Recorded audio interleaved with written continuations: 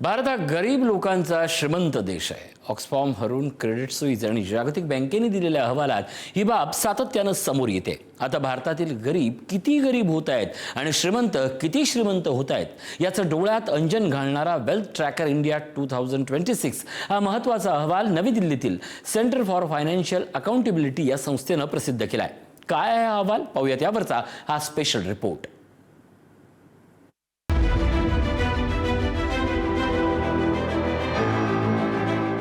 एकीकडे उंचच उंच टोलेजंग इमारती तर दुसरीकडे टोलेजंग इमारतीच्या बाजूला वाढणाऱ्या झोपडपट्ट्या. भारतात कुठल्याही शहरात गेलात तरी तुम्हाला हेच चित्र पाहायला मिळेल. एकीकडे भारतातील श्रीमंतांची यादी वाढत चालल्याचं सांगण्यात येत असतानाच दुसरीकडे गरिबांच्या संख्येतही दिवसेंदिवस वाढ होते. वेल्थ ट्रॅकर इंडिया 2026 हा महत्त्वाचा अहवाल दिल्लीतील सेंटर फॉर फायनान्शियल अकाउंटेबिलिटी या संस्थेनं प्रसिद्ध केलाय. या अहवालात देशात श्रीमंत आणि गरीब यांच्यात नेमकी दरी किती आहे याची सविस्तर आकडेवारीच देण्यात आली आहे. कोरोना महामारी आणि आताच्या युद्धजन्य परिस्थितीमुळे सामान्य माणूस होरपळला. सरकारी सवलती आणि कॉर्पोरेट कर कपातीमुळे श्रीमंतांची सांधी झाली. लग्न, शेती, गृहकर्जापायी गरीब मध्यमवर्गीय चिंतेमध्ये सापडले. आत्महत्येच्या संख्येत वाढ झाली. श्रीमंत गेल्या 10 वर्षात सुमारे 20 लाख कोटी रुपयांची बँक कर्ज माफराईट करण्यात आली. बड्या उद्योजकांना फायदा झाला. गरीब 140 कोटी लोकसंख्या असलेल्या देशात बहुसंख्य गरीब आणि मध्यमवर्गीयांची संख्या जास्त आहे. वार्षिक उत्पन्न 1 ते 10 लाखांच्या घरात आहे. श्रीमंत देशातील 1688 व्यक्तींकडे प्रत्येकी 1000 कोटींहून अधिक संपत्ती आहे. सर्वांची एकत्रित संपत्ती 166 लाख कोटी देशाच्या एकूण जीडीपीच्या 50% आहे. गरीब वाढती लोकसंख्या, बेरोजगारी, संधीचा अभाव यामुळे गरीब मध्यमवर्गीय चिंताग्रस्त झालेत. श्रीमंत देशातील अब्जाधीशांच्या संख्येत वाढ झाली आहे. 1991 मध्ये भारतात डॉलर बिलिनियर म्हणजेच 9000 कोटी रुपयांची संपत्ती असलेली एकच व्यक्ती होती. आता संख्या 358 वर पोहोचली आहे. गरीब देशातील सर्वात गरिबांचा लोकसंख्येतील वाटा 50% आहे. देशाच्या एकूण संपत्तीतील वाटा 6.8% वरून घसरून आता 6.4% आलाय. श्रीमंत देशातील 5 प्रमुख श्रीमंत कुटुंबियांच्या संपत्तीत गेल्या 6 वर्षात 400% वाढ झाली आहे. एकीकडे जागतिक अर्थव्यवस्थेमध्ये भारत पहिल्या 5 पोहोचला असताना ही विषमता दूर करण्याचं मोठं आव्हान सरकारसमोर आणि देशासमोर आहे. महिलांचं सक्षमीकरण अजून जास्त करणं, त्यांना शिक्षण देऊन रोजगार निर्माण करणं हे सगळ्यातलं महत्त्वाची गोष्ट आहे. त्याचबरोबर कृषी क्षेत्रामधनं जो शेतकरी वर्ग आहे त्यांच्यात आधुनिकता आणणं, त्यांना पायाभूत सुविधा देणं. कर्ज देऊन हे भागत नाही आहे, तर त्यांना विशिष्ट प्रकारची आर्थिक मदत मोठ्या प्रमाणावर केली पाहिजे. किमान वेतन कायदा असेल, जमीन सुधारणा कायदा असेल, यात खूप बदल केले तर, आणि हा जो मक्तेदारी कायदा आहे त्याचं अंमलबजावणी नीट होत नाही आहे. त्यामुळं काही लोकांची मक्तेदारी वाढते, त्याच्यावर कुठंतरी हे केलं पाहिजे. आणि थोडंसं ज्याला समाजवादी रचना म्हणतात त्याचा उपयोग केला तर मला वाटतं ही जी दरी आहे ती कमी होऊ शकेल.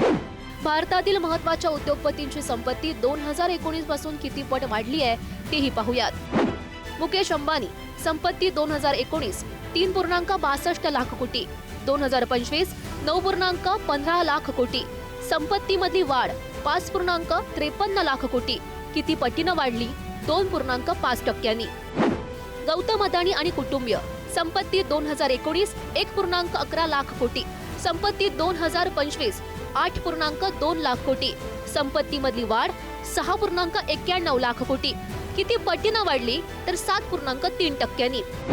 सावित्री जिंदाल आणि कुटुंबीय संपत्ती 2019 0.41 लाख कोटी. संपत्ती 2025 3.5 लाख कोटी. संपत्तीमधली वाढ 3.1 लाख कोटी. किती पटीनं वाढली? तर 8.6%.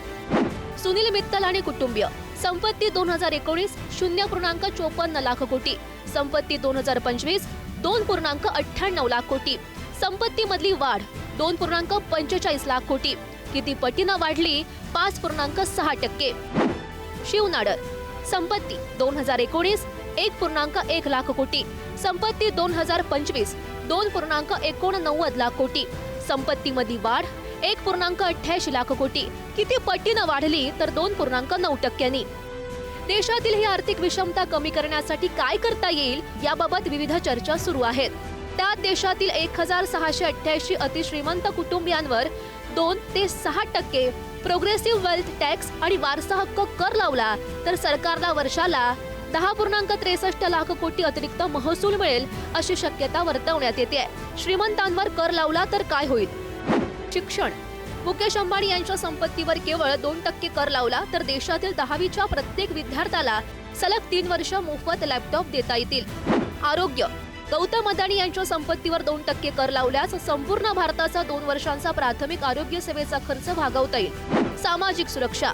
श्रीमंतांवर कर आकारणीतून वृद्धांना दरमहा 12,000 पेन्शन देणं शक्य होईल, ज्यांना सध्या केंद्र सरकारकडून केवळ 200 रुपये मिळतात.